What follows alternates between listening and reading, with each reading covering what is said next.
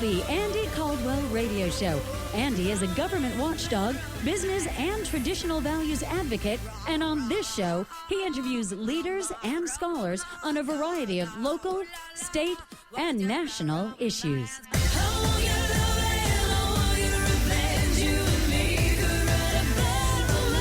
Good afternoon and welcome to the Andy Caldwell Show. My name is Olivia Gonzales and I'm the Vice President of Policy, Member Services, and Communications for the Grower Shipper Association here in Santa Maria. And I'm here with Richard Quandt. Yeah, hey, good afternoon, Olivia. I'm Richard Quandt. I'm also with the Grower Shipper Association. And we have some guests here today. We have an agricultural theme on our show here today, and we have several guests, don't we, Olivia? We do. We have actually, I'm very excited about our lineup today. We have a focus on labor issues this afternoon, and we're going to be starting off with Bryan Little with the Farm Employers Labor Service, which is an affiliate of the California Farm Bureau Federation, and then we'll be talking to Amy Wolfe with Ag Safe, and finally, our own Senator Sam Blakeslee is going to stop in. Well, good. That sounds real exciting. And let's see if we can get Bryan on the show. Are you with us here? Good afternoon, Richard, and good afternoon, Olivia. It's nice to be with you all today. How are you? Oh, we're doing great. Pleasure to have you here. We're talking to Bryan today about E-Verify. And Bryan, just to start out, maybe you could give everybody that's listening a bit of background on what exactly that is and what it means for agriculture. The E-Verify system is a web-based system that has been created by the Department of Homeland Security for the purpose of trying to assure that documentation that people might offer for the purposes of identifying themselves, whatever that purpose might be, actually is legitimate documentation and it relates to the person offering it.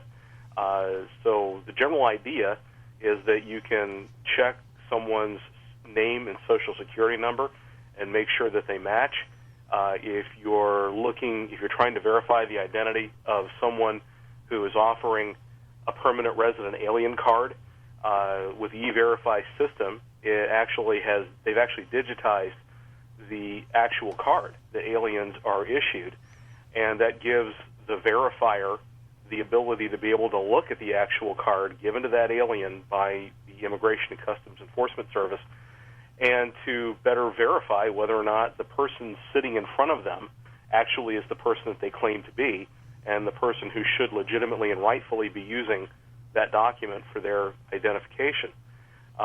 The problem potentially that E-Verify poses is that there's a lot of discussion going on right now in Washington about making the use of E-Verify mandatory every time you hire someone.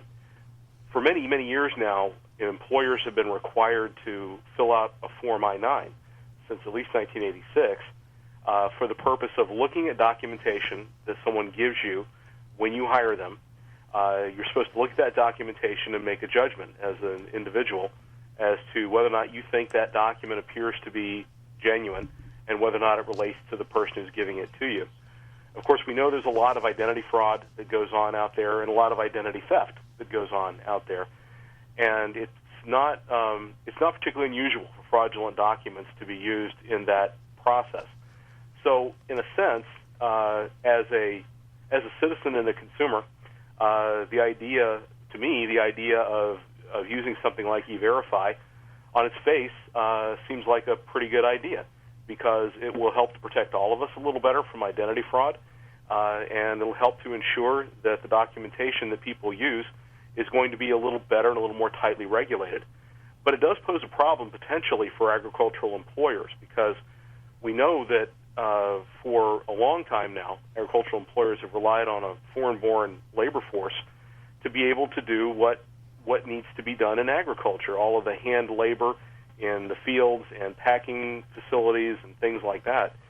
And one of the things that we're going to want to see happen as an industry, if Congress does decide to impose E-Verify as a universal requirement for everyone hiring someone, is to try to figure out a way that we can make sure that as an industry we still have a viable legal labor force that will allow us to continue to do the things we do. Because in the rural communities in Santa Barbara County and San Luis Obispo County, agriculture contributes a lot to the local economy. It's not just those field jobs. It's the jobs in the packing sheds and in transportation and in food processing and in everything else upstream and downstream from those jobs. That economic activity is very important in those communities.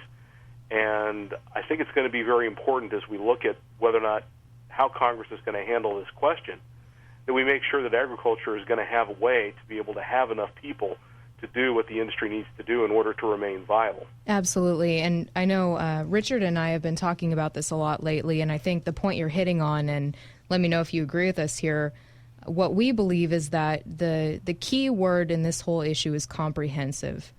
It's not enough to simply tackle this issue from one side and say, okay, we just need to throw up a wall, or, oh, we just need to do this one particular element of immigration reform, and that's going to fix it. Because it seems like if you don't take on every facet of this issue at once, it's going to start falling apart. Because like you're saying, if you have heavy enforcement, well, all of a sudden you don't have a labor force, and that's causing a huge economic problem.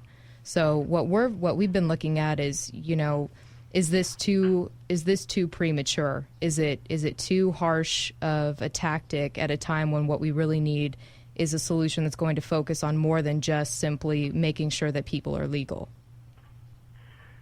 I've been working on these issues off and on since 1996, and both in Washington as an advocate for the ag industry, and now here in California, doing a lot of the same things that I did when I lived and worked in Washington. And all that time that we've been working on this issue and talking about this issue and talking with other people that work with the industry, we've never said that we want to hire illegal workers. We've always said that we want to be able to hire legal workers, but we need to have enough of them, and we need to have a reasonable way of being able to get them. And I think that your insight about the need to look at the issue in the broadest possible context and not try to do one thing at a time is a little bit like, the idea of pulling a string out of your sweater. You keep pulling on that string and eventually the sweater unravels. Mm-hmm. And that's kind of the problem here, is that if we don't, it's hard to argue with the idea that employers ought to hire legal workers, and we don't argue with the idea that employers ought to hire legal workers. But we need to have a reasonable way of being able to do that and being able to continue to do business and be able to continue to support all the other jobs and economic activity that occurs in all these rural communities throughout our state and in a lot of other states too. Absolutely. And, maybe when we have a little more time in this next segment, we can really focus on talking about the current program, the H-2A program, and what about that program is lacking and causing people to, have to resort to other ways of trying to get their labor, because I know that's been a huge problem for a lot of the producers that we've talked to. Do you want to launch into that right now, or did you want to, you said the next segment? Yeah, we can go ahead. Let's just go ahead. Why don't we just jump right in? The long and the short of the problems with the H-2A program, kind of boil down to, there's an old adage that I remember. I grew up in the D.C. area, and a lot of my friends' parents were federal workers, and there's an old adage that you hear there a lot that you should never give a bureaucrat a chance to say no, because they probably will. And that's the fundamental problem with the H-2A program. It's designed not to work. It has 3 different federal departments involved in its administration. The first thing you have to do is to convince the U.S. Department of Labor, which doesn't want to be convinced, that employing any foreign workers through a temporary visa program, which is what the H-2A program is not going to have an adverse effect on the wages and working conditions of American workers. That's a very high bar that you have to get over with an agency that's extremely skeptical that can ever possibly happen. And so the deck is stacked against you before you even start to get into that program. Part of the problem with the program is that it requires you to do a lot of things that almost no other employers are actually required to do. For example, provide housing, to provide inbound and outbound transportation, to hire any American worker who might happen to show up even as late as halfway through the contract period for the time that you're hiring these workers, with no apparent limit to how many people you have to hire. Very often when the Employment Development Department refers workers in these situations, they wind up working for a day or two at the most. So you wind up incurring all the hassle and headache that goes along with hiring people for someone who shows up at your farm in slick-bottom city shoes and nice, soft, lotiony hands and probably doesn't know anything about doing agricultural work. And so it just is a very problematic program. It's very difficult to use. And I think that's reflected by the fact that of about 1.6 million, depending on how you count them, agricultural workers we have working all across the country, the H-2A program generally provides between 1% and 2% Absolutely. of the total agricultural labor supply. We'll go ahead and start digging deeper into that, and we're going to take a quick little break here.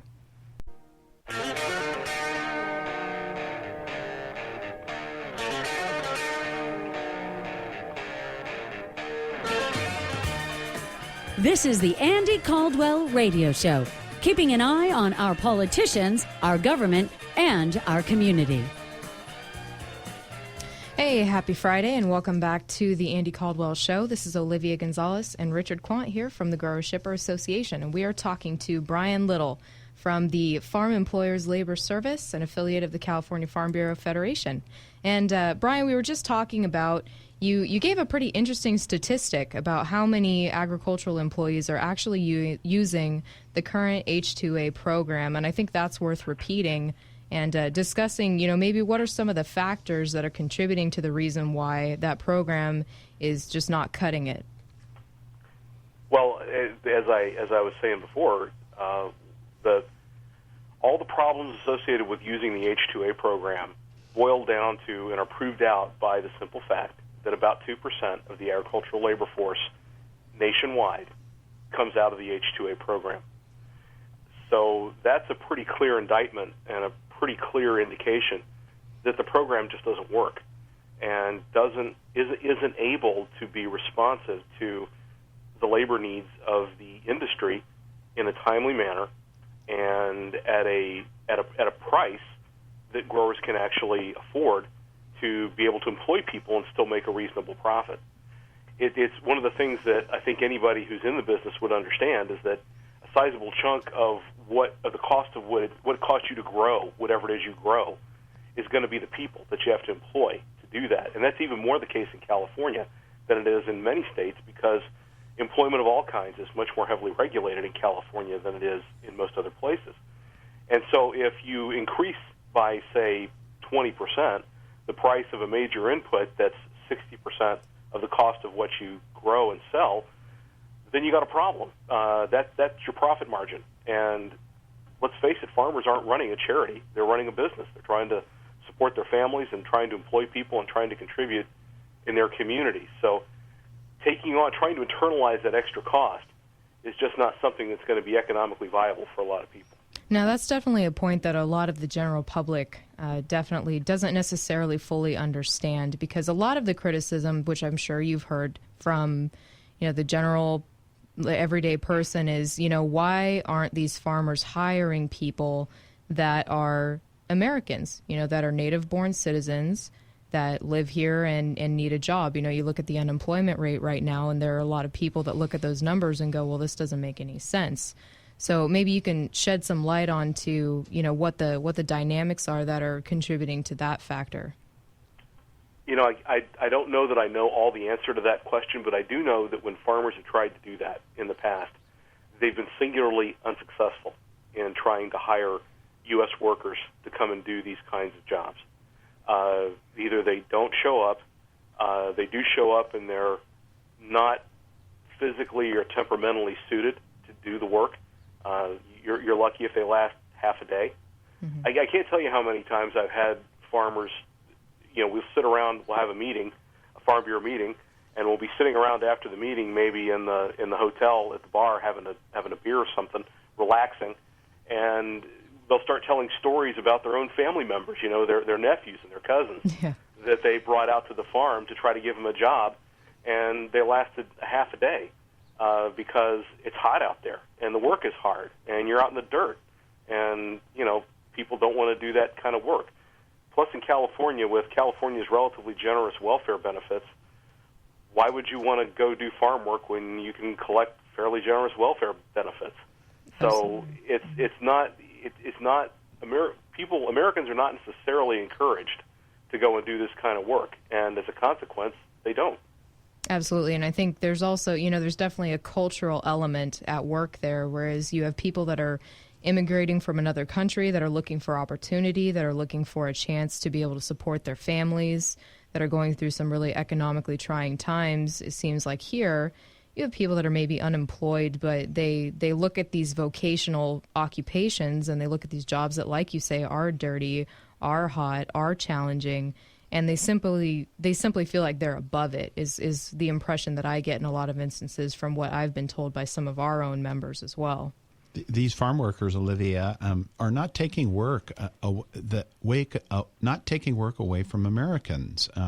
They're doing work that basically most native-born people that are born in this country don't want to do. If you have high proficiency in English, you have a whole world of opportunities in the work world to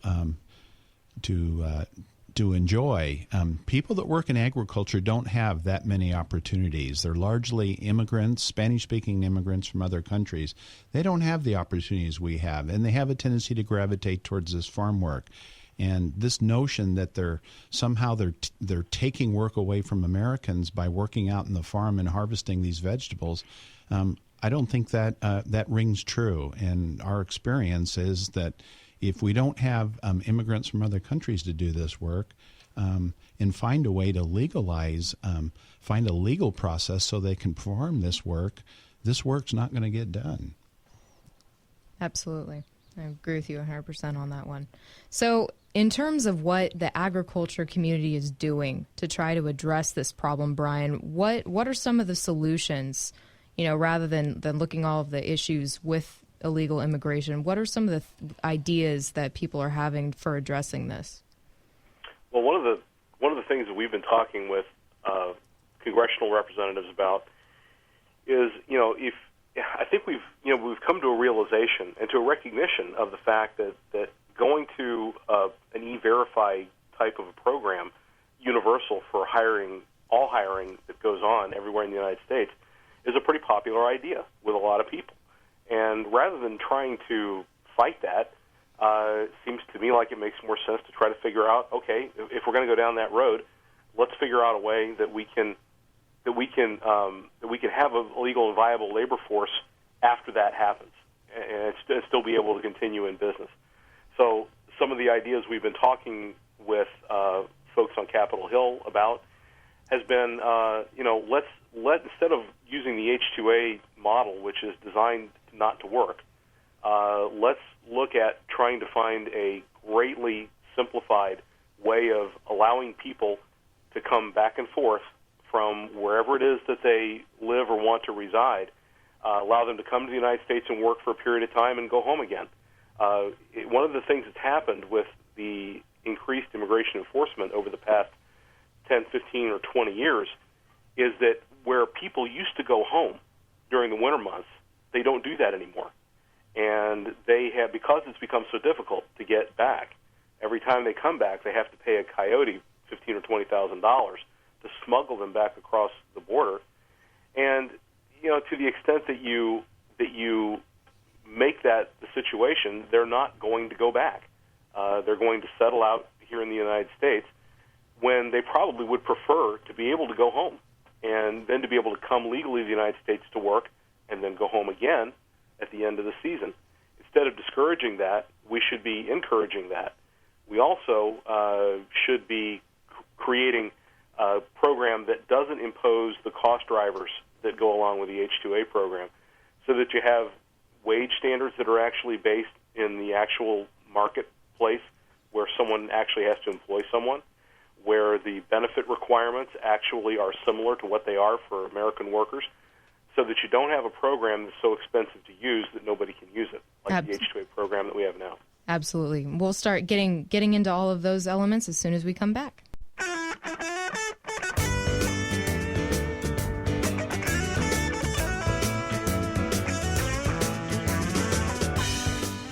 Moving forward with traditional values and encouragement of local business, this is the Andy Caldwell Radio Show. All right, good afternoon. You're back with Olivia Gonzales and Richard Quandt from the Grower Shipper Association. We stole the show from Andy for an afternoon, and we're talking to Bryan Little, the Chief Operating Officer at the Farm Employers Labor Service. And Bryan, we were just talking about the issues with the H-2A program and what some of the potential solutions are. And you started talking about, wage standards and benefits, and maybe you could explain that a little more in terms of from a business owner's perspective, why that's so important. That becomes very important from the viewpoint of the person who's running the business, because with most businesses like this, the cost of employing people is one of the major costs of running your business. And so to the extent that you can't be competitive because you can't employ people at competitive wages and competitive benefits, because you have artificial cost drivers like the rules of the H-2A program, you're not going to be able to use the program. That's why we think it's so important that if we're going to create some means of having legal workers to work in the industry, that it's very important that the wage and benefit standards that go along with that program actually reflect the local marketplace for wages and benefits, and not go significantly beyond that for the obvious purpose of trying to discourage use of the program. Right. Well, and it sounds like from what I've heard from some of our members and also from different organizations is even beyond the economic factors with the H-2A program, there's also an element of disorganization and a lack of communication where people are having a hard time even communicating with the H-2A program to be able to try and make that program better and to make it more effective. Yeah, it's not unusual for people trying to use the H-2A program these days to make an application, use an application this year that was acceptable last year and yet is not acceptable this year, and then to be told on a Friday afternoon to receive a FedEx package back from the certifying office on a Friday afternoon and given a 2-day deadline to respond to the deficiencies, the supposed deficiencies in your application, which means you'd have to have it back to them on a Sunday, which obviously isn't going to happen if you're working in government. So it's those kind of catch-22 situations that folks find themselves in on a fairly regular basis. Another thing that one of the things you have to do when you're using the H-2A program is you have to navigate your application through the Department of Labor, through the Department of Homeland Security, and then through the Department of State.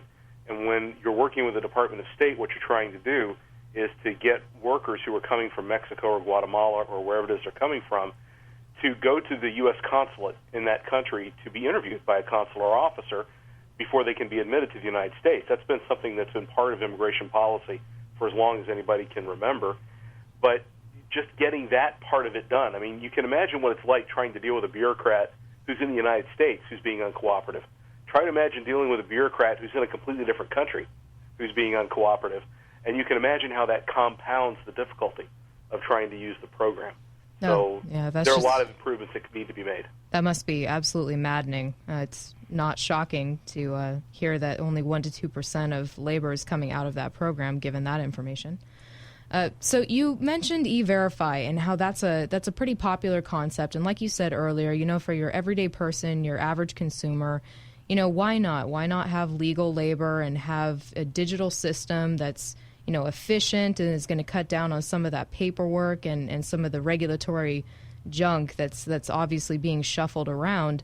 But another program and another alternative that's been talked about is ag jobs, and maybe you can explain what the difference is between maybe those solutions and maybe where they intersect. One of the things that we've been advocating for a long time has been ag jobs, and what it's designed to do is to reshape the H-2A program a little bit to make it a little bit easier to use, and then to create a way for workers who are here already working in agriculture to be able to gain some sort of a status that will allow them to continue to work in agriculture, continue to pay taxes, continue to contribute to society as they do now, only to do it in an open and above board way instead of having to hide from enforcement activity and all those kinds of things. In the short run, ag jobs is one potential solution, and we've been talking about that for a long time.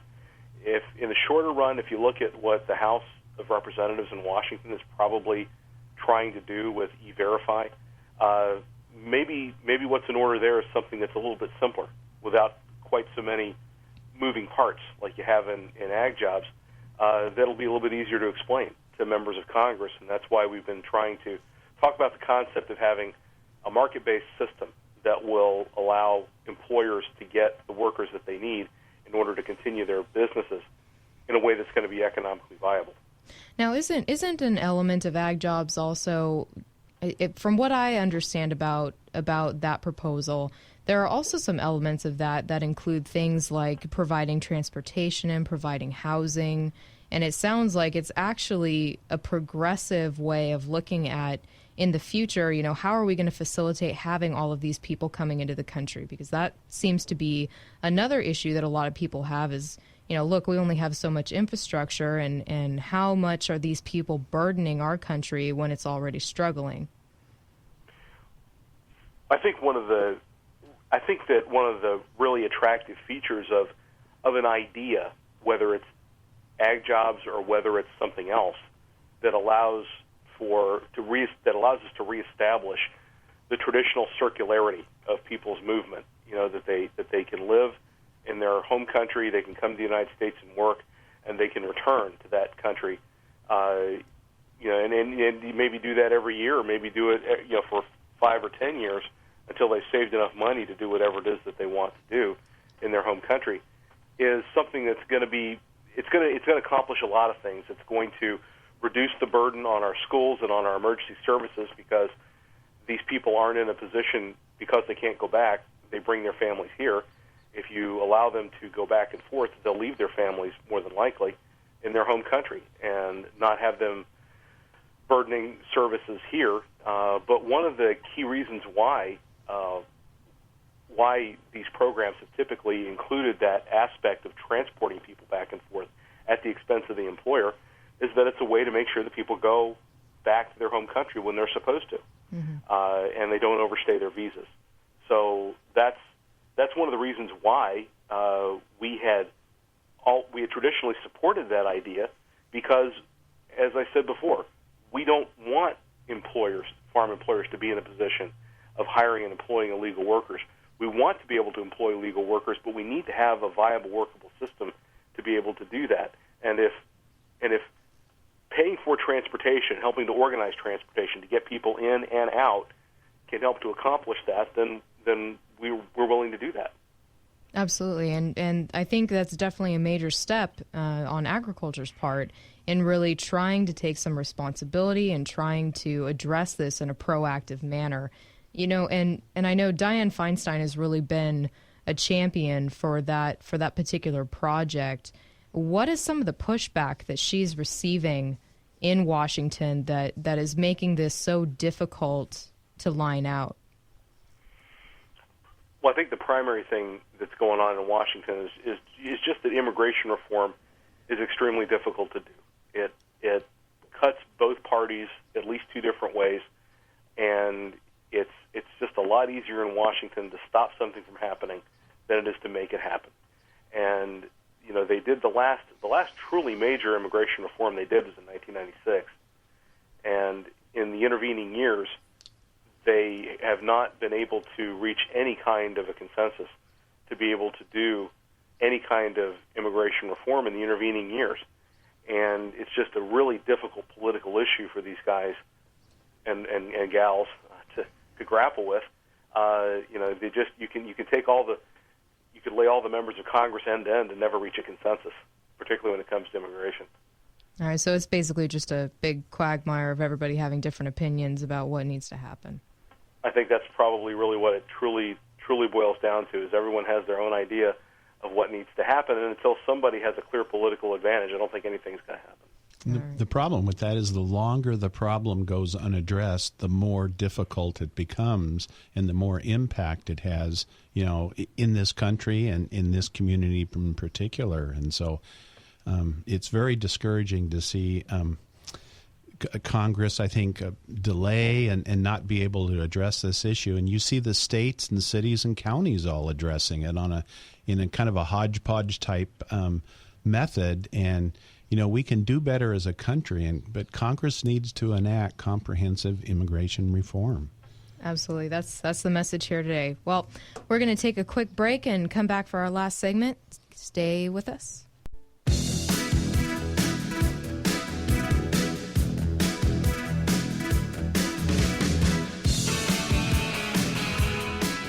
News, views, and interviews. This is the Andy Caldwell Show.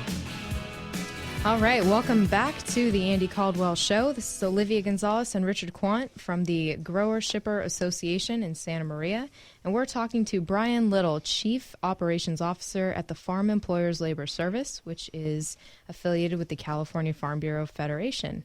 And we're talking about the e-verification process and some of the issues that are going on with illegal immigration right now, which everybody is, I'm sure, aware of.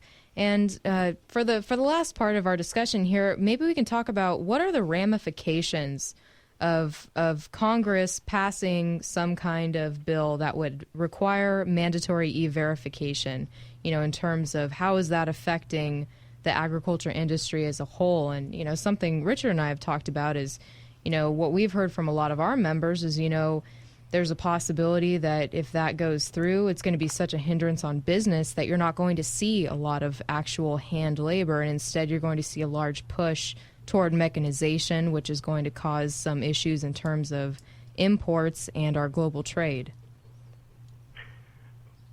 I think that's true. And one of the things that, you always try to avoid doing when you work for an industry like, any industry, and you're talking to legislators and regulators about what a change in policy is going to mean, you don't go in and say it's going to cause a disaster and the world's going to stop revolving on its axis and it's just going to be the destruction of everything, because they've heard it all before and they probably don't believe it anymore.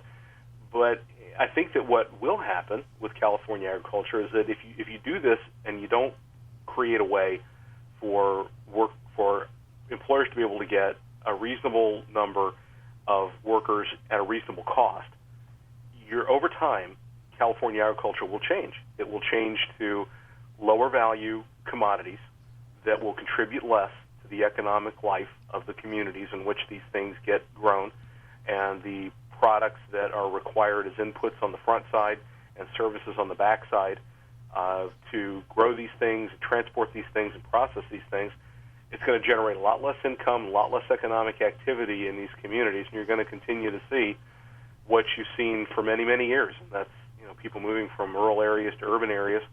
And if you think that's a good thing, then I guess maybe we need to go down this road. But I kind of tend to think that it would be a good thing to be able for green space preservation, for preservation of rural lifestyles, and for a whole variety of potential goods that society would want to have, to allow rural businesses and agriculture to continue to be viable.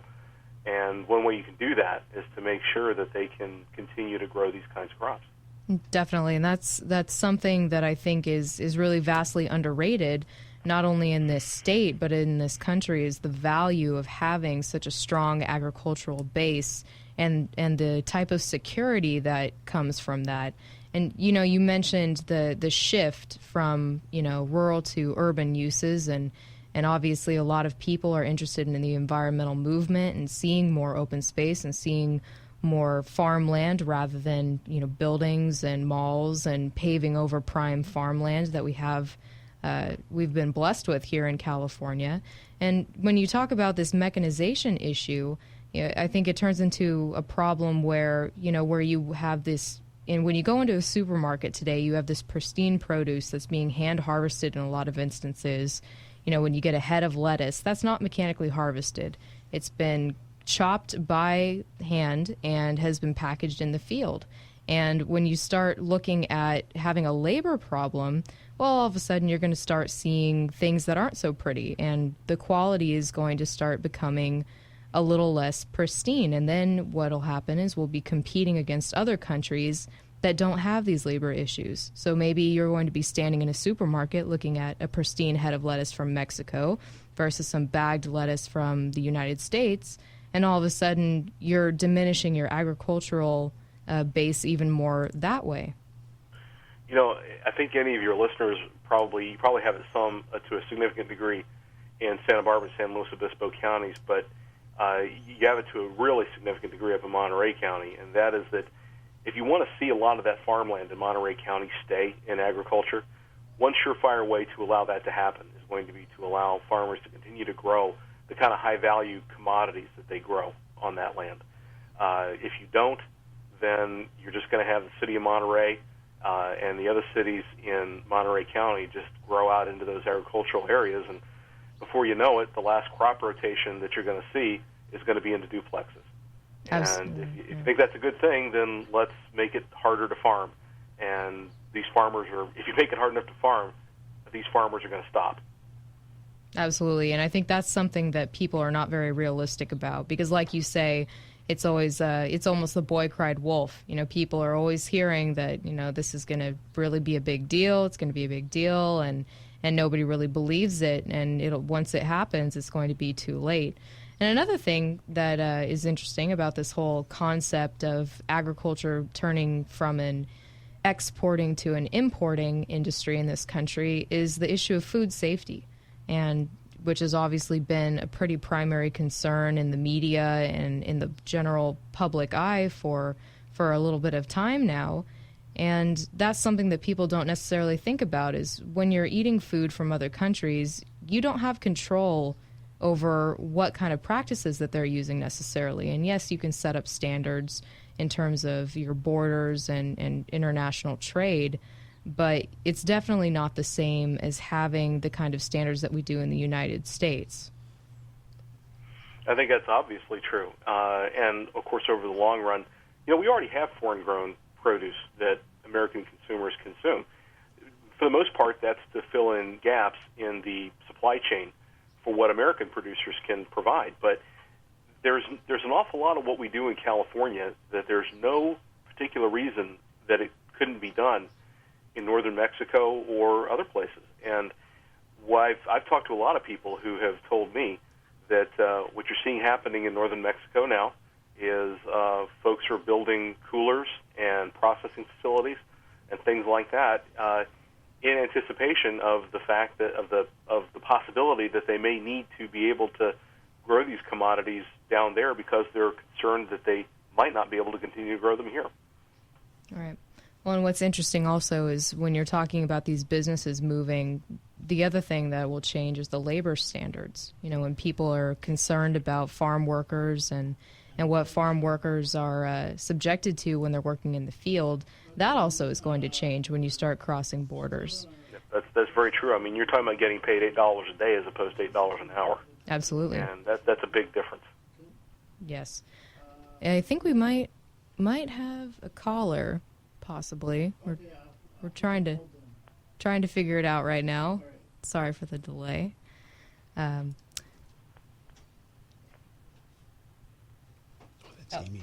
Okay, never mind. False alarm. So in terms of any other, you know, when people are listening to this issue and you know, if people think that this is something that needs to be addressed, what would you suggest to them? You know, what's a way that they can try to make an effort to tell their representatives that this is not something that is a good idea and that it's going to be really detrimental? I think it's particularly important.